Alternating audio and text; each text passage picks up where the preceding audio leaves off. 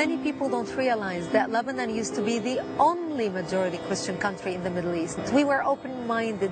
The country was founded on Judeo-Christian principles, and we extended that love and acceptance to all religions around us.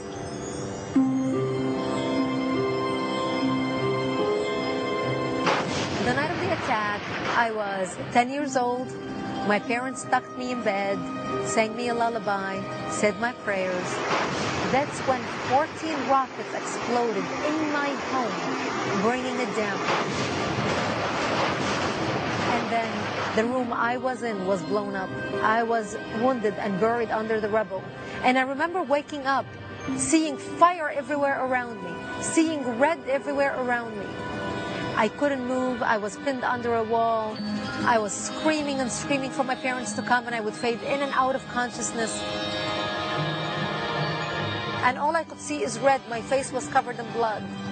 I was a Christian, born into the Christian faith and lived in a Christian town. That was my crime as 10 years old. I ended up living in a bomb shelter from age 10 to age 17, robbed of my youth. Become a Mohammedan or not, get away. They want us to become Mohammedans.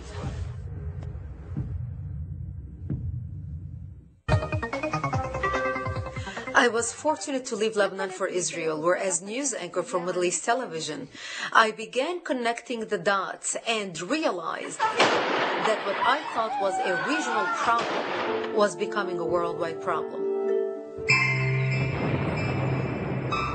Watching the planes crash into the buildings on 9/11, I flashed back on the horrors of what Islamic radicals had done to me in my country of Lebanon. I said to myself, now they are here. Now people will believe what I have to say. It was time for me to tell my story and warn America. I went on a one-person speaking mission, telling everyone I met what was coming. And I realized I need more people to help me out. I can do it by myself locally, but it's not enough. So this year, instead of doing as many presentations locally, I went nationally. To further her efforts, in 2002, Ms. Gabrielle created American Congress for Truth as a national educational organization to inform citizens about the rise of radical Islam, its goals, and its threat to national security. She soon realized that web-based information, email action alerts, were not enough to combat the growing threat we face. At every speaking engagement, newly concerned and frustrated people asked her the same question. What can we do? I clearly understood that thousands of people around the nation and around the world wanted to protect their countries, their way of life and values against the onslaught of terrorist attacks and organized stealth jihad. It was time to act. And act she did, with the creation of Act for America, a grassroots issues advocacy and lobbying organization. I know how information followed by action gets things done. Our enemy is organized, so we must be organized in protecting America. I founded Act for America to empower citizens through civic action to promote and secure public policies that protect America's security. What starts with the Jews never ends with the Jews. We are the bullseye. I lost my country of birth to radical Islam. I am not letting them have America. I'm drawing a line in the sand with our sworn enemies. Their goal to Islamize the West is not going to happen on my watch, nor in my children's lifetime. Today, Act for America's headquarters in Florida oversees its nationwide efforts.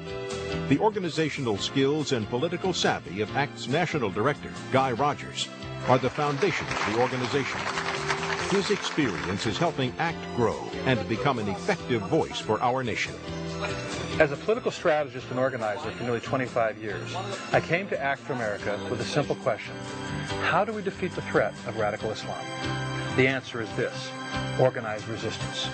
To make these citizens effective, local ACT chapters are being organized in cities across America. There's a lot of workshops, activist training, equipping everyone to understand the legislative process, how to call their senators, how to call their congressmen. Growing at the rate of 20 chapters a month, these chapters are the backbone of this national grassroots movement. I think they're getting a vision of how to actually go about effecting change in the country, how to change people's mindsets. We have a wonderful chapter. I've seen our membership grow quite dramatically, recently up to 214. We all come together for our common goal of making this country and keeping this country safe. Chapters and members are confronting the threat head-on. Hi, I'm Randy McDaniels. I'm with Jacksonville's Act for America, the American Congress for Truth, and we're here at Orlando Fairgrounds right now. CARE is holding a several hundred member luncheon or picnic to recruit people to their organization. Are you aware of any of these gentlemen on here and their ties to terrorism or any of their arrests?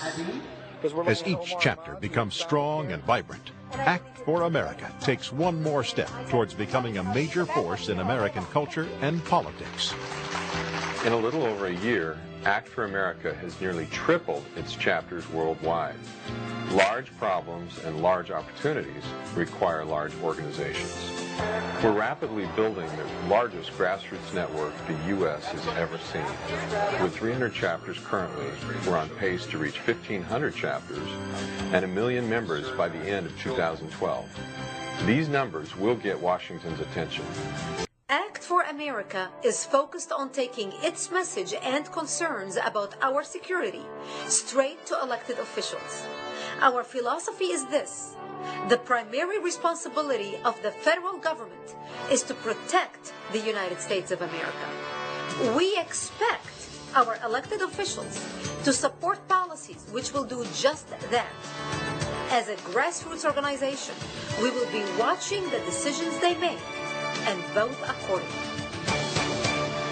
Today, Act for America is recognized as the nation's premier grassroots national security organization. Its recent major successes are impacting our national security. ACT helped win the passage of New York legislation protecting authors from intimidation lawsuits. ACT exposed unlawful Islamic proselytizing in a Minnesota charter school, which led to the Minnesota Department of Education citing the school for violations of law. ACT launched its National Elections Voter Guide program in 2008. ACT pressured Tyson Foods of Tennessee to restore Labor Day as a paid holiday after Tyson had agreed to a union contract that removed Labor Day and replaced it with Eid al-Fitr as a paid holiday. ACT helped win passage of an important Senate amendment prohibiting government contracts with companies that do business with Iran's energy sector. ACT has trained nearly 1,000 citizen activists in our Citizens in Action training conferences.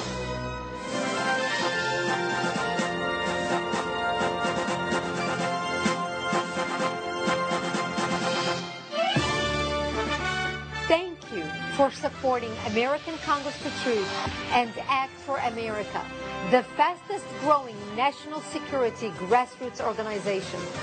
Islamic evil will not prevail because good men and women like you are doing something about it. Join me and thousands of concerned citizens in protecting America, my refuge from Islamic tyranny.